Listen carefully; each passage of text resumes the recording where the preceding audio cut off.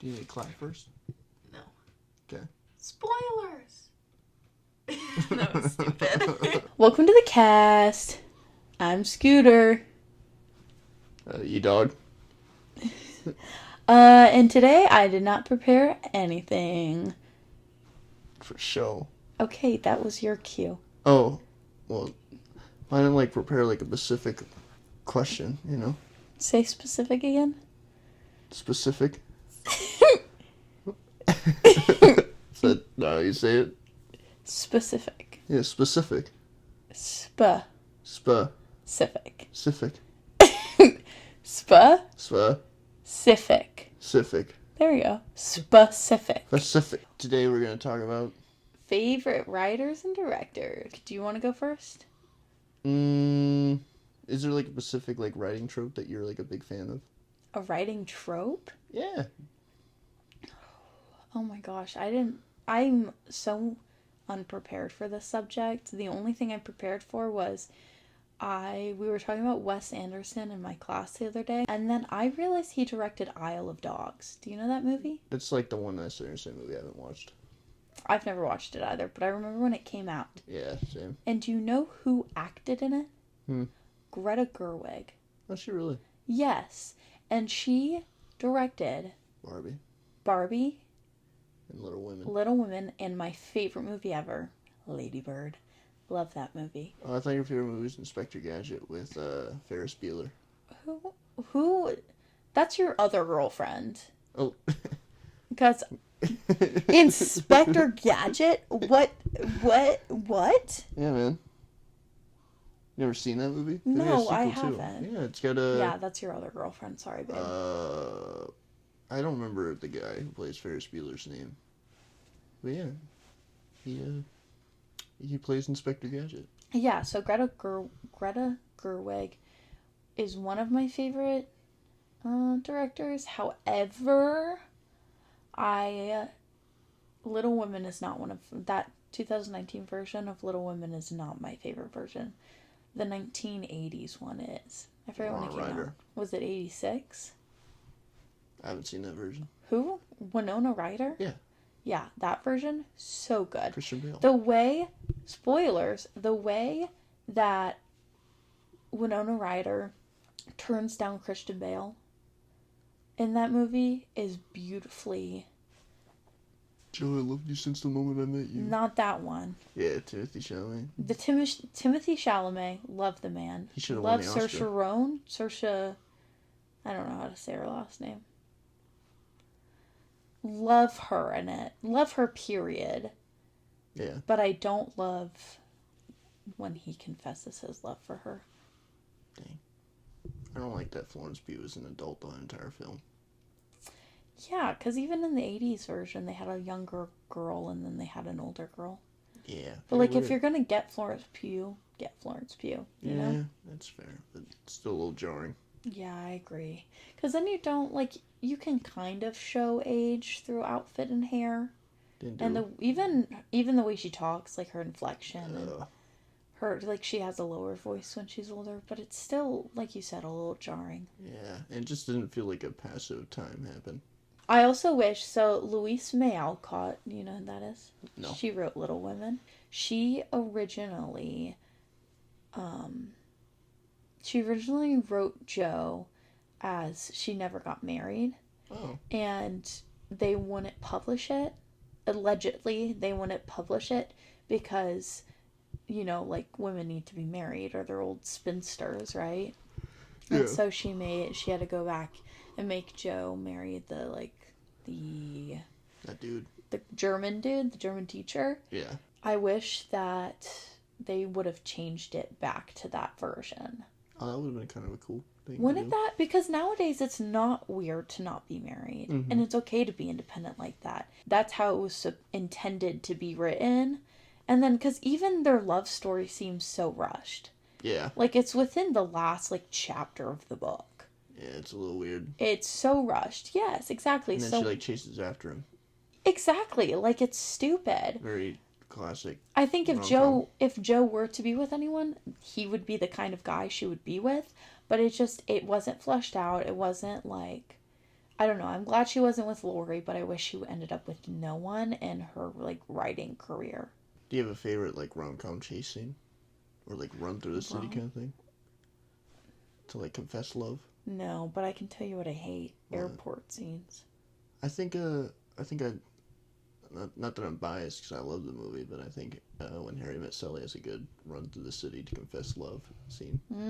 That one is a good one. Yeah. You know, his old speech of, Oh, I want the rest of your life to start now. Good stuff, man. What?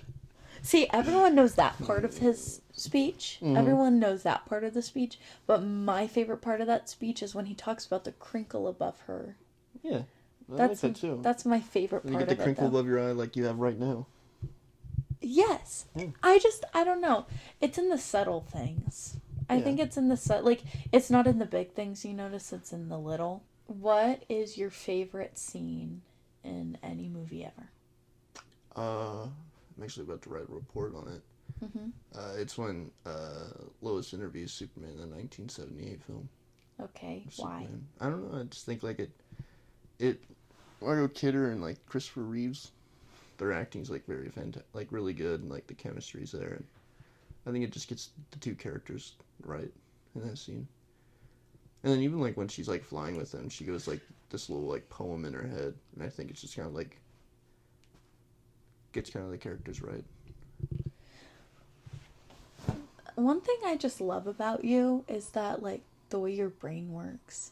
Like I never watch a scene and think, oh, like the writing's good and this is the connection to this and this looks good and the way they act is really good. You know what I mean? Like I always look at it and think about like this like relatability and like I don't know, just like if it goes with the plot. You know what I mean? Not necessarily like the more like technical aspects of things. And I really like how you like can think that way. Like I wish I could think that way. Yeah. Yeah. The way you think about it too, though. Yeah. I don't know. Very story driven. Yeah, I'm a very story driven person. My favorite scene's from Lady Bird. Which one? The one when she's trying on prom dresses in Goodwill. What? I've told you about it, right? I've seen Lady Bird. Yeah, so they're in Goodwill. That's all you gave me? I've seen it. Well, yeah, but... Okay, so she's trying on prom dresses with her mom there. Mm-hmm. And her mom and her have a very complicated situation. Or complicated relationship. And, I forget exactly how it goes. Lady Bird goes, she's like, Mom, do you like me? And then the mom goes, of course I love you. And she goes, no, Mom, but do you like me? Oh, I do remember this scene, yeah. I love that scene just because it's super relatable, because it's like, I don't know, like family like has to love you kind of thing. Mm-hmm. But it's like also you want to know that your family likes you for who you are as a person and not just because they have to love you. Mm-hmm. You know, I think there's an aspect of like to love, but there's also, you know, but with family it's different. So that's one of my favorite scenes. Edge of 17. It's a great movie. Great movie. I love the scene where she goes into his office. No, into his classroom. Mm-hmm. And she's just like, he's just eating lunch nonchalantly and she like spills her guts out.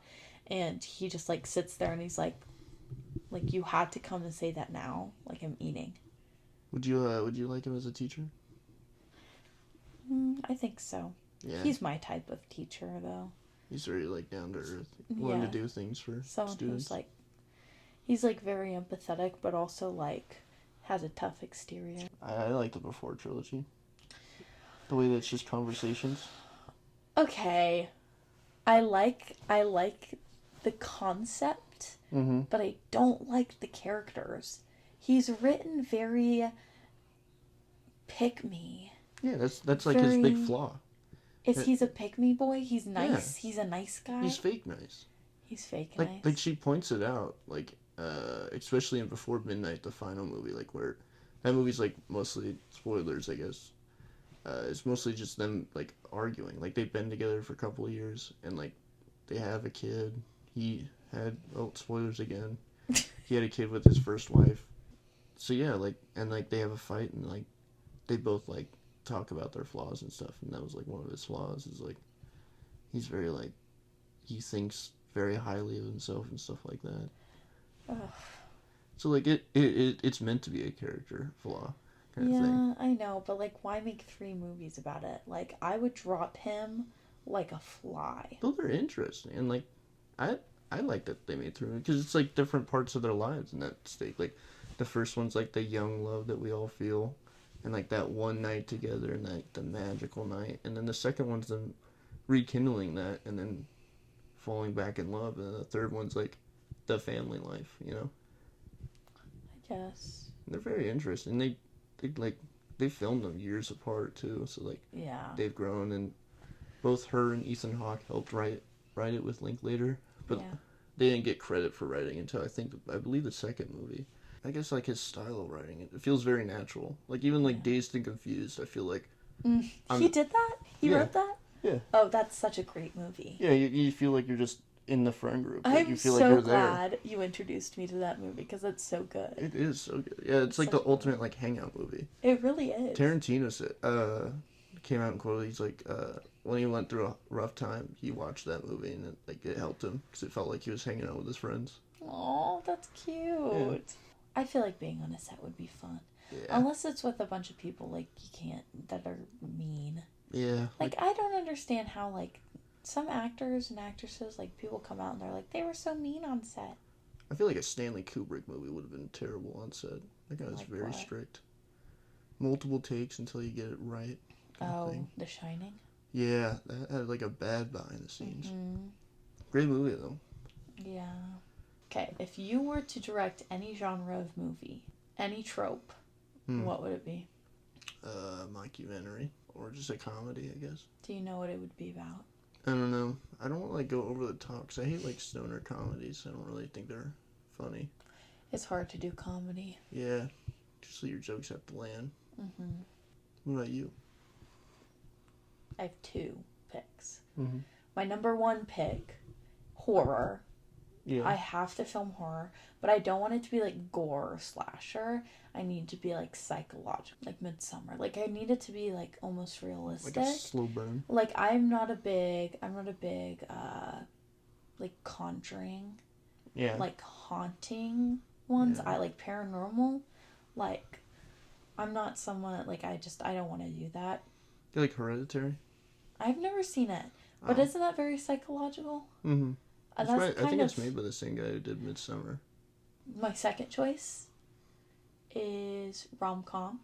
Would be fun. But I would want to come up with something that no one else thought of. Do you have Like a one, Megan? trope. No, not yet. I think it's like I've been searching my whole life Mm-hmm. to find. Okay, we'll do a part 2 to this because we still have more things we want to talk about. So that's a wrap. For sure. See you next Tuesday at 5 p.m. Come back for part 2.